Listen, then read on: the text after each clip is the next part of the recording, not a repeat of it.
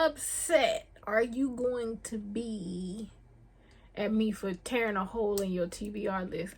Friend, I know you said you wasn't gonna buy no more books, but I'm just telling you that there's some new books coming out by Black authors the first quarter of the year, and I thought I would show you a few. That's all I'm saying. I'm not saying you got to go buy them now. I'm just saying it wouldn't be a bad idea.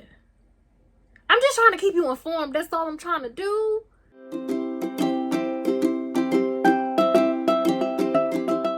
Hi friends, welcome back to Shelby and the Book Club. I am Shelby Monet, and in today's video we're going to talk about some new releases coming out the first quarter of 2024 that I have my eye on, and I thought that y'all might be interested too. I'm only going to do about like 8 or 9 of them, and I will be putting the cover and the release date on the screen for you, okay? And I will be adding all of these to my Amazon storefront so that you can pre-order them if you would like, or just so that you can purchase them whenever you're watching this video. So if you would like to know about some new and upcoming Black authors, maybe some authors you've heard of, maybe some authors you haven't, then here we go. Before we get started, make sure you like, comment, and subscribe. Most importantly, share. We're trying to grow our family around here, okay? So bring the people along. They could use a book to read, and I got recommendations for them. Let them know. All right, here we go for real now. Okay.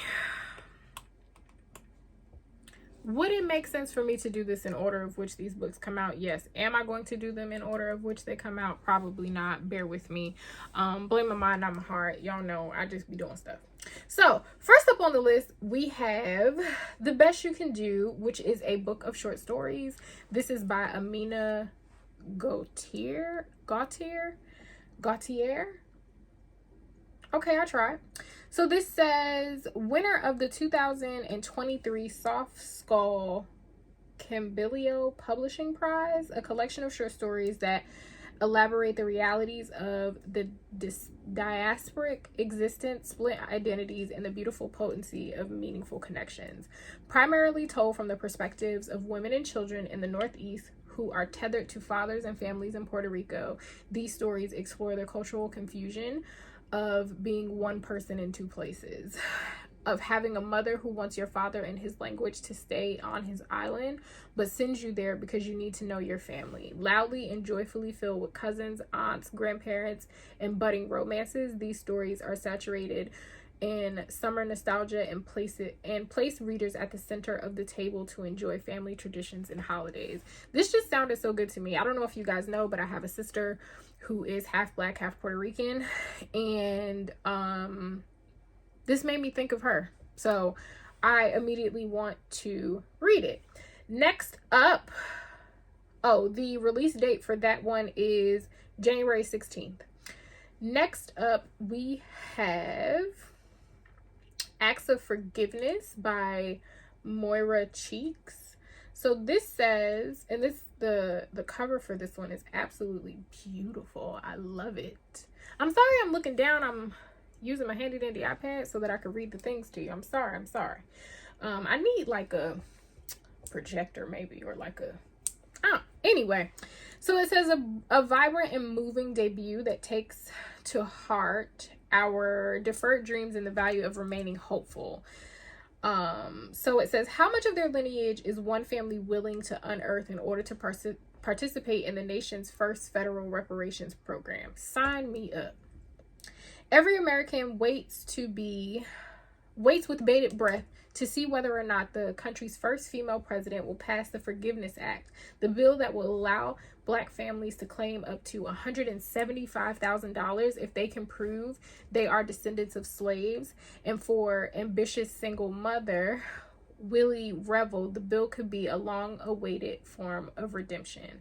A decade ago, Willie gave up her journalism career to help run her father's struggling construction company in Philadelphia, and has reluctantly put family first without being able to forget who she might have become.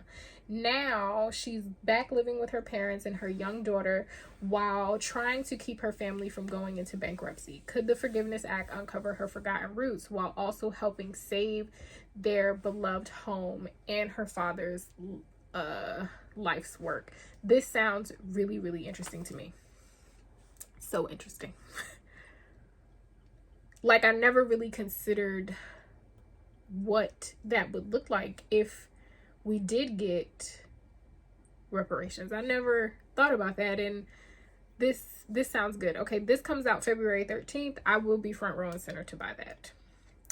Next, for January 30th, we have The Mayor of Maxwell Street by Avery Cunningham. A beautiful cover. I love book covers with Black women on the cover. This is so cute.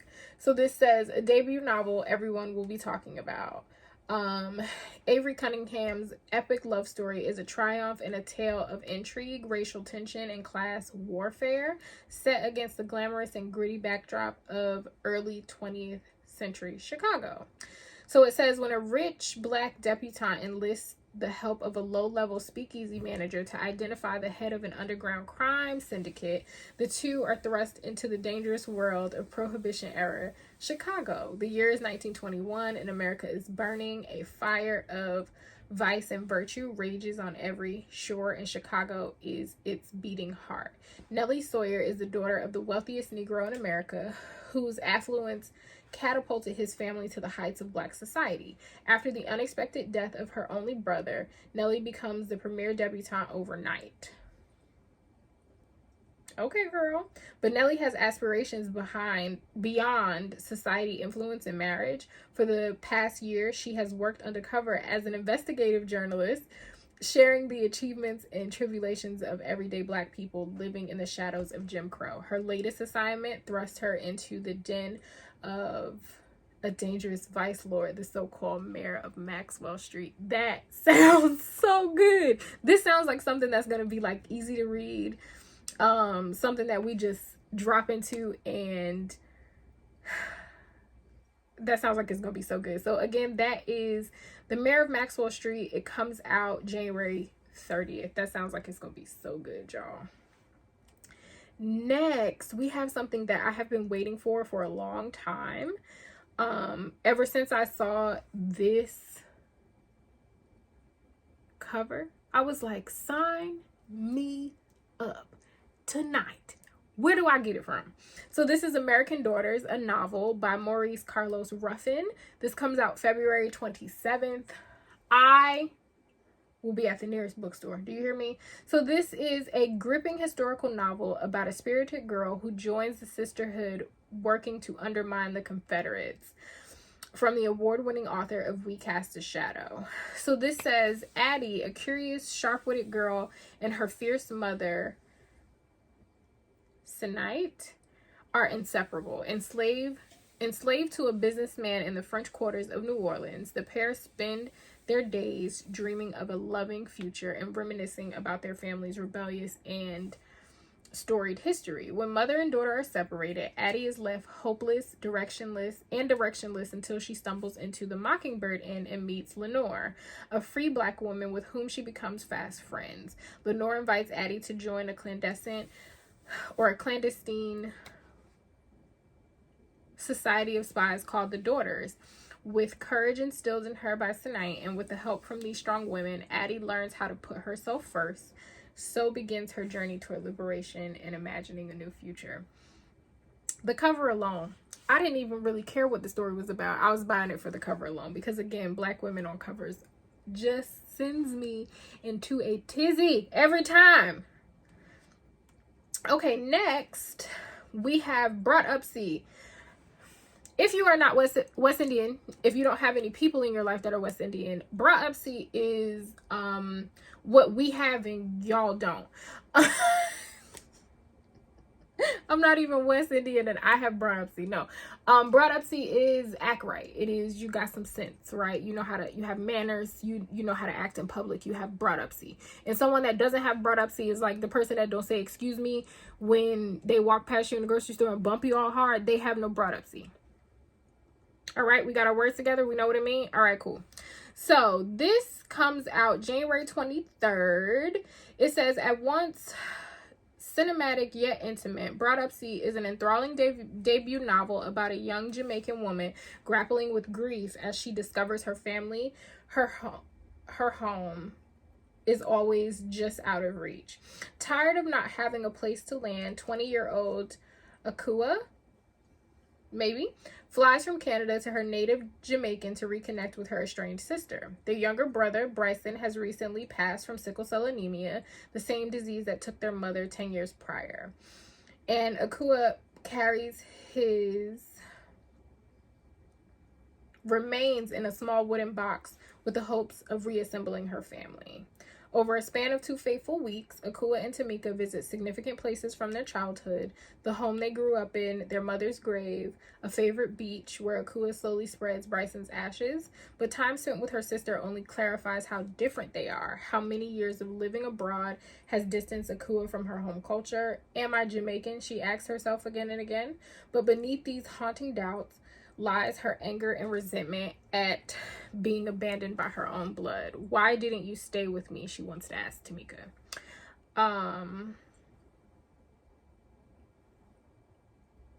So, wandering through Kingston with her brother's ashes in tow, Akua meets Jada, a brash young woman who shows her a different side of the city.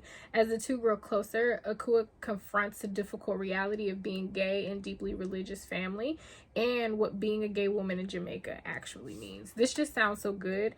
And when I saw the cover and saw that the book was called Brought Up See, I was like, oh, well, I have to buy it just because. Because I have Brought Up See. And that comes out January 23rd. Something else that comes out on January 23rd is Fae Bound by Sarah L. Arifi. So I know that she is a fantasy writer and that this is also a fantasy book. She's also written The Final Strife, which I believe is a duology, maybe? Or a trilogy that's in the work. But this says 2 elven sisters become imprisoned in the intoxicating world of the Fae, where danger and love lie in wait. Fae Bound is the first book in an enchanting new trilogy from the Sunday Times bestselling author of The Final Strife. So it says, Yaren was born on the battlefield, has lived on the battlefield, and one day she knows she'll die on the battlefield. As a warrior in the elven army, Yaren has known nothing but violence her whole life. Her sister, Letto, is trying to make a living as a diviner, seeking prophecies of a better future. When a fatal mistake leads Yaren's exile from the elven lands, both sisters are forced into terrifying wilderness beyond their borders. There they encounter the impossible, the Fae court. The Fae hasn't been seen for a millennium, but now Yaren and Letto are thrust into their seductive world, torn among their loyalties to each other, their elven homeland, and their hearts. I want to read more fantasy next year. We're going to start with that because that sounds amazing. It just sounds so good. Okay, next. I'm really excited about this book. It, to me, sounds a little bit like The Prophets. And I love The Prophets. And look at the cover. Just look at the cover. Look at the cover. I love it. I'm so freaking excited. It comes out February 20th. This says an epic novel set in the mid-19th century America about the spiritual cost of a freedom that demands fierce protection. In this ingenious, sweeping novel, Philip B. Williams, who he looked like he kind of fine. Wait a minute. Hey, Philip. How you doing? Hey. I'm so embarrassing, y'all. Anyway, in this ingenious sweeping novel, Philip B. Williams introduces us to an enigmatic, you know what I'm trying to say, woman named Saint, a fearsome conjurer who in the 1830s annihilates plantations all over Arkansas to rescue the people enslaved there. She brings those she has freed to a haven of her own creation, a town just north of St. Louis, magically concealed from outsiders named Ours. It is in this miraculous place that Saint's grand experiment, a truly secluded community where her people may flourish, takes root. Although saint does her best to protect the inhabitants of ours. Over time, her conjuring and memories begin to betray her, leaving the town vulnerable to intrusions by newcomers with powers of their own. The Prophets is not the right book that I'm thinking of. I think the cover reminded me of Prophets, but I read a book that's similar to this, and when I can remember the name, I will put it on the screen. Hello, Editor Shelby here. The book that I was thinking of is called, I done forgot the name again. Hold the phone, Jesus. It's called Remembrance by Rita Wood. If you've been following me for a while, you probably remember me reading that book. It sounds very similar to this one. So if this synopsis sounds good to you, you should also as well read Remembrance. Okay, love you, bye. So it says, set over the course of 4 decades and steeped in a rich tradition of American literature informed by Black surrealism, mythology, and spirituality, ours is a stunning exploration of the possibilities and limitations of love and freedom by a writer of vision and talent. I want to look at his face. That sounds like it's going to be really good, though. Excuse me. Okay, this is not his debut. Where's the Google? Where's the Google? I'll do that later. Okay. So that is ours. And then last but certainly not least, for February 13th, we have The Blueprint.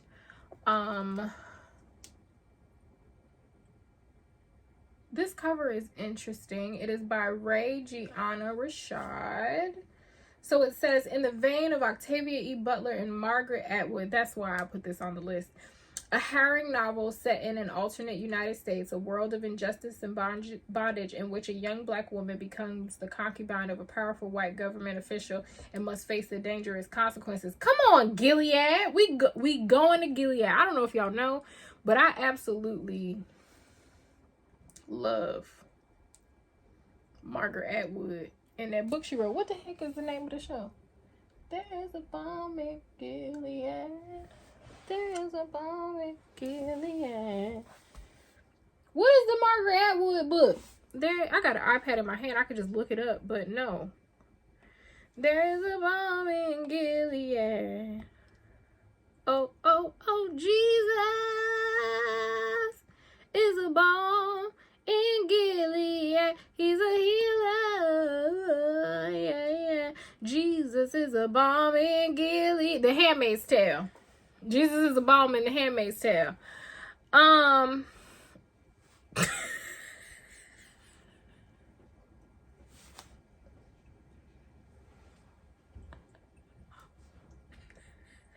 Y'all laughed. I know y'all laughed. I know y'all did. So this says, Celine Bonnet lives in Texas where choice no longer exists. I mean, this could be today. This could be on today. An algorithm determines a Black woman's occupation, spouse, and residence. Celine finds solace in penning the biography of Henriette, an ancestor who'd been an enslaved concubine to a wealthy planter in 1800s Louisiana. But history repeats itself when Celine, lonely and naive, finds herself entangled with Bastien Martin, a high-ranking government official. Celine finds a psychological bond unbearable, so she considers alternatives. With Henriette as her guide, she must decide whether and how to leave behind all that she knows. So I'm curious if this is going to be written. 304 pages. I'm curious if this is going to be written like with alternate timelines. Because if it is, I would enjoy that.